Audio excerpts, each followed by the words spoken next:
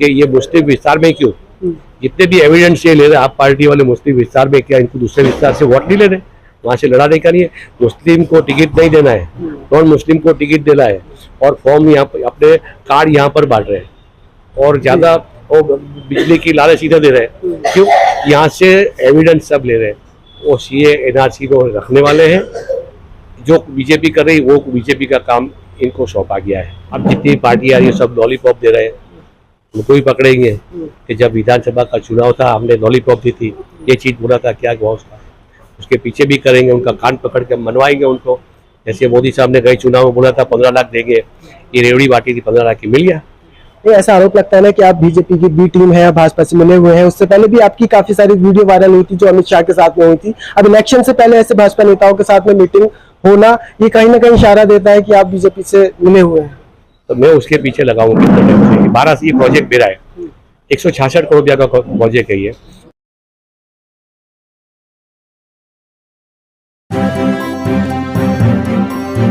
Media voice, आपकी आवाज। नमस्कार, आदाब, मीडिया वॉइस में आप सभी का स्वागत है। मैं हूं आपके साथ अल्फराशी। इस वक्त हम गुजरात में हैं और गुजरात में हमारे साथ आज बातचीत करने के लिए AIMIM गुजरात के सदर जनाब साबिर काबलीवाला साहब हैं। सर, स्वागत है आपका सबसे पहले मीडिया वॉइस में। सबसे पहला सवाल यही है, एक दिल्ली के डिप्टी सीएम मनीष सिसोदिया साहब ने ट्वीट किया है, उसको लेकर बहुत ज्यादा कंट्रोवर्सी चल रही है। उन्होंने आरोप लगाए हैं कि आपके ऑफिस में गुजरात के उसमें भाजपा के नेता आए हैं, अहमदाबाद के मेयर आए हैं, आपके बीच में डील हो गई है। क्या डील हुई है? अब सिसोदिया साहब को वो दिल्ली में बैठे हैं, यहाँ की परिस्थिति उनको पता नहीं है कि यहाँ पर क्या चल रहा है, उनको ये परिस्थिति पता नहीं है।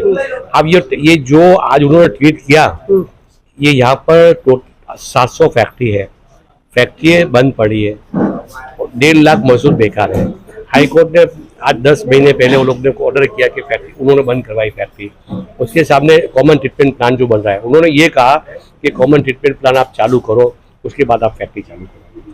तो मैं उसके पीछे लगाऊंगा। 12 से ये प्रोजेक्ट मेरा है, 166 करोड़ रुपया का प्रोजेक्ट है ये, और ये प्रोजेक्ट अब चालू होने वाला है। तो उसके लिए ये मीटिंग हुई थी, उसके अंदर सब कॉर्पोरेशन के अधिकारी भी थे, मेयर साहब भी थे, और टेक्सटाइल के जितने मेंबर हैं वो भी थे।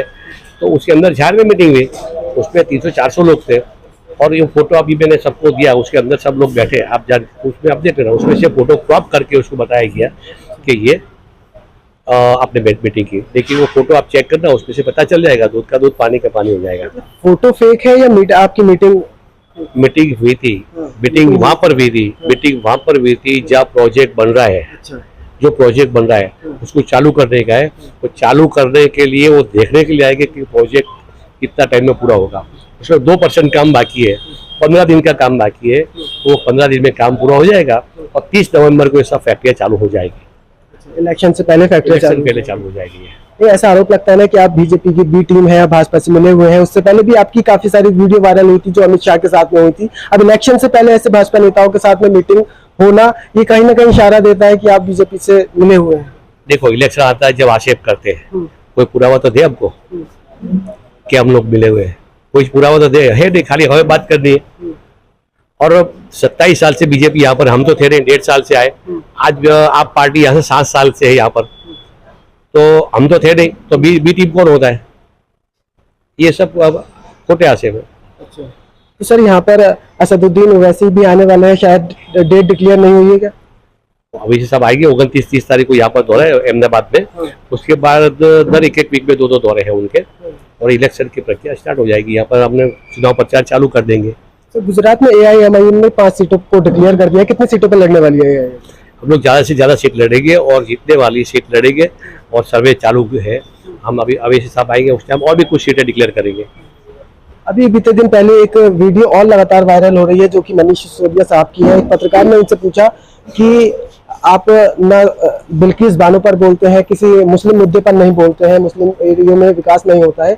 उन्होंने कहा कि हमें हिंदू मुस्लिम पर नहीं बोलना है, एजुकेशन पर अपनी बात रखने आए हैं और उसी पर काम कर रहे हैं। कैसे देखते? अभी इससे स्पष्ट जाहिर होता नहीं है कि ये पार्टी कौन है।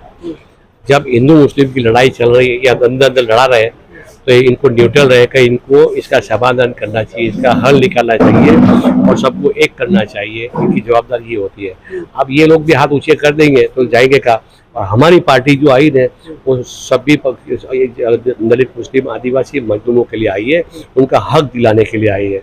और हम उनको सबको टिकट देंगे, हम उसको सबको टिकट दे के सबको जीता कर हम एक कौमी एकता की मिसाल देंगे।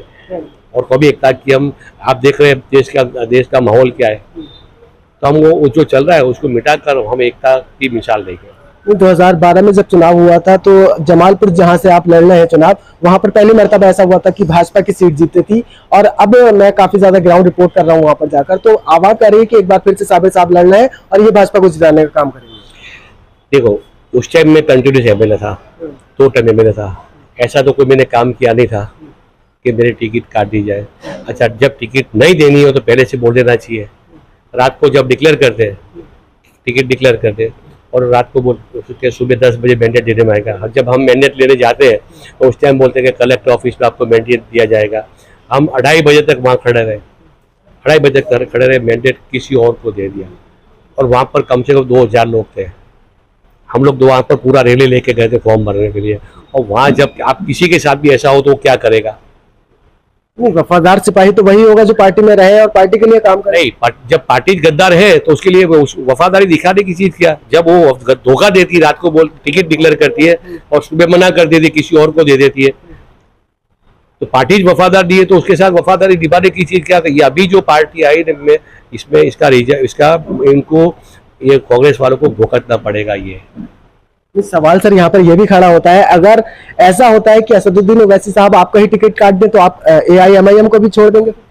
मैं तो मना ही कर रहा था पहले से। जब पार्टी यहाँ पर लाया असद साहब को, मैं तो पहले दिन से जब पार्टी लाया उसी दिन मैंने मना कर दिया था कि मैं चुनाव नहीं लड़ूंगा। जब मैं चुनाव लड़ूंगा तो पूरे गुजरात मुझे देखना है, तो मैं लड़ूंगा तो पूरा गुजरात कौन देखेगा? मैंने मना ही किया था। अभी असद साहब आए थे, पूरी टीम आई थी, 2 घंटे मुझे लेकर बैठे और उन्होंने मुझे समझाया और मैंने फिर ये चुनाव लड़ने का मैंने फिर नक्की किया। फिर हमने पूरा मैनेजमेंट किया, कौन कौन सी सीट पे क्या करना उस पर फिर मैं भी मेरी सीट पे जवाब देख सकूँ तो थोड़ी जवाबदारी सबको सौंप दी गई।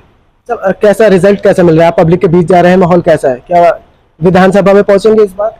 नहीं, पब्लिक के अंदर रिस्पॉन्स तो जबरदस्त है। अब IB का रिपोर्ट ले सकते हैं। सबसे पहले किसी को भी देख रहा था IB में जाओ, IB से रिपोर्ट ले लो। हमारी कोई भी जाहिर सभा होती है उसमें कम से कम 50 से 70 हज़ार लोग आते हैं जाहिर सभा में। और आपने देखा है हमारी पार्टी 1.5 साल पहले आई थी, 24 दिन के अंदर हम 26 सीट जीता के लाए। 24 दिन के अंदर हम लोग पार्टी रजिस्ट्रेशन करवाया, पार्टी रजिस्ट्रेशन करवा के चुनाव भी लड़े, उसमें 24 सीट जीता के लाए। अब ये लोग सब बौखला के 24 दिन के अंदर 26 सीट ला सकते हैं तो विधानसभा में क्या नहीं कर सकते? तो ये सब ये डर गए और विधानसभा के अंदर हम लोग ऐसा नहीं करेंगे कि सब सीट पे लड़ाना। जो हम सर्वे करके जो सीट जीतने वाली उसी पर हम लड़ाएंगे और जिताएंगे और विधानसभा के अंदर दलित मुस्लिम आदिवासी और सबका हक दिलाएंगे हम लोग। गुजरात के आप सदर हैं, खास तौर पर 2 काम ऐसे क्या करने वाले हैं आप अगर जीते हैं आप विधानसभा से जो जनता के हित में होगा? सबसे पहले रोजी रोटी का सवाल है, बेकारी का सवाल है, ये करेंगे। हॉस्पिटल नहीं है यहाँ पर, हॉस्पिटल का काम, हॉस्पिटल ज़्यादा से ज़्यादा चालू करवाएंगे, स्कूल चालू करवाएंगे हम लोग। सबसे पहले हमारा प्रोजेक्ट ये प्लान ये होगा। अब जितनी पार्टी आ रही है सब लॉलीपॉप दे रहे हैं, उनको भी पकड़ेंगे कि जब विधानसभा का चुनाव था हमने लॉलीपॉप दी थी, ये चीज़ बोला था, क्या हुआ उसका? उसके पीछे भी करेंगे, उनका कान पकड़ के मनवाएंगे उनको। जैसे मोदी साहब ने गए चुनाव में बोला था 15 लाख देंगे, ये रेवड़ी बांटी थी, 15 लाख की मिल गया।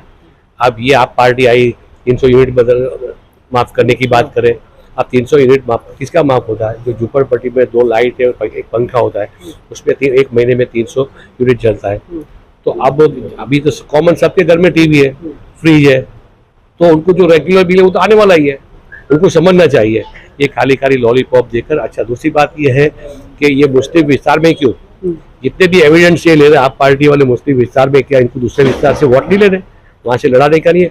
मुस्लिम को टिकट नहीं देना है, नॉन मुस्लिम को टिकट देना है और फॉर्म यहाँ पर अपने कार्ड यहाँ पर बांट रहे हैं और ज़्यादा बिजली की लालच सीधा दे रहे हैं। क्यों?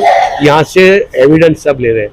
वो CA NRC को रखने वाले हैं, जो बीजेपी कर रही है वो बीजेपी का काम इनको सौंपा गया है, ये कर रही है। मैं मुस्लिम समाज को कहना चाहता हूँ कि उनकी बात में आए नहीं, ये सब लॉलीपॉप आपको दे रहे हैं। ये आपको आगे ये चुनाव जाने के बाद आपको पता नहीं कितना नुकसान होगा। चलिए, बहुत बहुत शुक्रिया हमसे बातचीत करने के लिए। हमारे साथ में साबिर काबलीवाला साहब थे, इन्होंने अपनी बात रखी। जो कंट्रोवर्सी इनकी एक फोटो को लेकर चल रही थी, उन्होंने साफ कर दिया है कि ये फोटो मीटिंग जरूर हुई थी, लेकिन ये मीटिंग एक फैक्ट्री स्टार्ट करने के लिए की गई थी। फिलहाल इस पूरे इंटरव्यू पर आपकी क्या राय बन रही है, हमें कमेंट करके जरूर बताइए। देखते रहिए मीडिया वॉइस। शुक्रिया।